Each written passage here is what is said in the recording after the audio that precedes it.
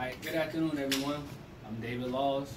I'm going to start by introducing my audience. When I point to you, just call out your names. Crystal, Alex, Dex, Nicole, Daniel. Okay, that's going to be my audience. Now, today, we're going to give an informative speech about Mr. Norman Rockwell. A lot of people don't know who Norman Rockwell was.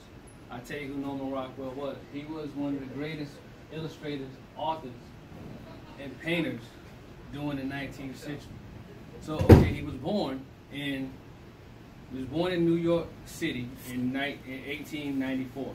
He died in Stockbridge, Massachusetts in 1978. He started his passion for art at the age of 14 when he enrolled into the Shake School of Arts in New York.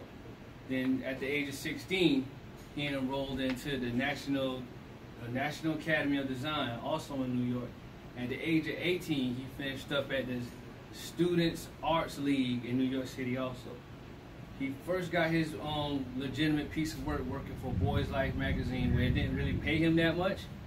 And he stayed with them for a few years, but he got his big break working for the Saturday Evening Post. During this time at the Saturday Evening Post is where he was able to gain majority of his notoriety throughout the years, throughout the decades. I'm going to move along.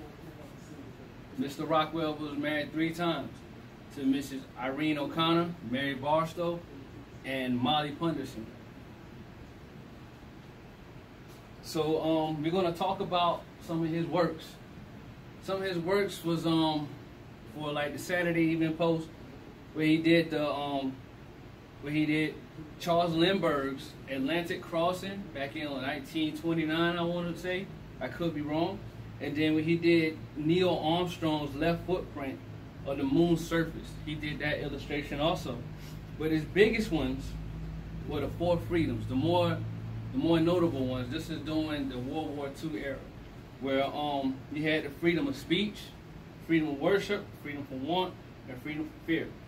These paintings were inspired by President Franklin D. Roosevelt, and like they did a tour of these 4 paintings that helped raise money for the war effort during World War II era. And so a little known fact about Norman Rockwell also, that he enlisted in the Army as a military artist. This is during World War I though, but he didn't join during World War II. I don't blame him.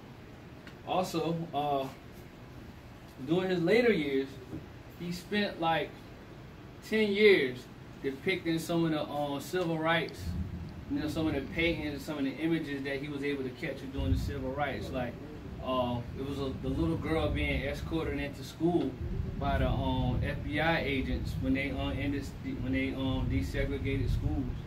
And he also won the Presidential Freedom Medal from President Gerald Ford. And so during the 1960s, during the 1970s, that's when he published his autobiography after the death of his second wife, and that's when he moved to Stockbridge, Massachusetts. But other than that, Norman Rockwell has done a lot of great works, and some more of his works is also where he did a lot of covers for the Boys Life magazine, which later turned into the Boy Scouts magazine.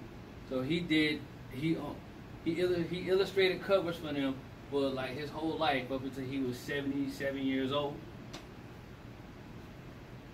And he did his last commission for them at the age of 77. And then he retired.